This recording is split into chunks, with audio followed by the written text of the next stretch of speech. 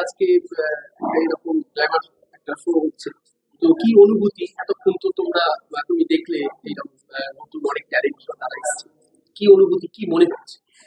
এটা যে কুটিওর lifestyle fashion উইকের second season, তো আমি ফার্স্ট সিজনেও ছিলাম। তো তার থেকে বলে না, মানুষ যত অভিজ্ঞতার মধ্যে দিয়ে ধীরে ধীরে বেটারমেন্ট হয়। কৌস্তব এই পুরো ইভেন্টের অর্গানাইজার, যেটা আগের বারেও ফ্যাশন টিভিতে হয়েছিল। তো কৌস্তব আগের বারেও খুব ভালো ইভেন্ট করেছিল, এবং এবারে আমি দেখছি আরো ভালো পার্টিসিপেন্টসরা রয়েছে, এবং আরো সুন্দরভাবে অনেক অর্গানাইজড ভাবে ও ইভেন্টটা করছে।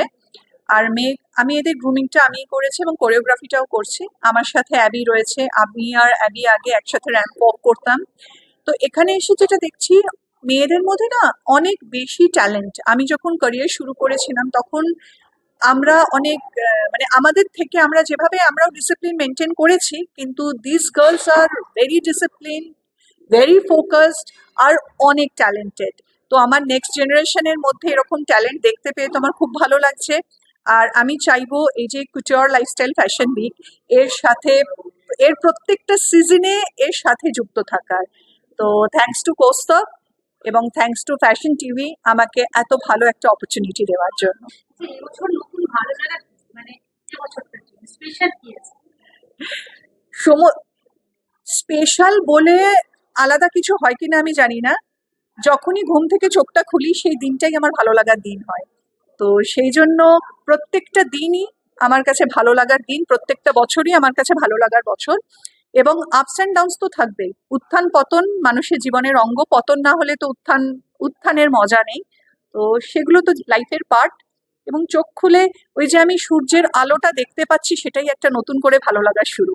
আপনি একটা সময় র্যাম্পে থাকতেন, আজ আপনি র্যাম্পে গ্রুমিং করছেন। হ্যাঁ, আপনাদের সময় আর আগের সময় পার্থক্য চোখে পড়ছে? এই পার্থক্য হওয়াটা তো স্বাভাবিক, কারণ চেঞ্জ ইজ কনস্ট্যান্ট। চেঞ্জ হতেই হয়। যদি একই রকম ঘটনা গত 19-20 বছর ধরে ঘটে চলে, তাহলে সেটার মধ্যে তো কোনো নতুন অনুভূতি নেই। তো ভালো লাগছে, এখনকার মেয়েরা অনেক বেশি প্রফেশনাল, অনেক বেশি ফোকাস, তারা জানে কি করতে হবে। আর একটা জিনিস, আমরা যখন ক্যারিয়ার শুরু করি, শুরুতে বাড়িতে মা, দাদা বা দিদি সাথে সাথে কাজের জায়গায় যেত। এখন মেয়েরা অনেক বেশি অ্যাডভান্সড, যেমন 18 বছরের হোক বা 20 বছরের হোক, তারা জানে যে তাদের একা ট্রাভেল করতে হবে, একা যেতে হবে। তো ওরা অনেক বেশি, মানে আমাদের থেকে কি বলবো, অনেক বেশি সমাজটাকে, আমাদের কাজের জায়গাটাকে অনেক বেশি উপলব্ধি করতে পারছে। তো দেখে আমার খুব ভালো লাগছে।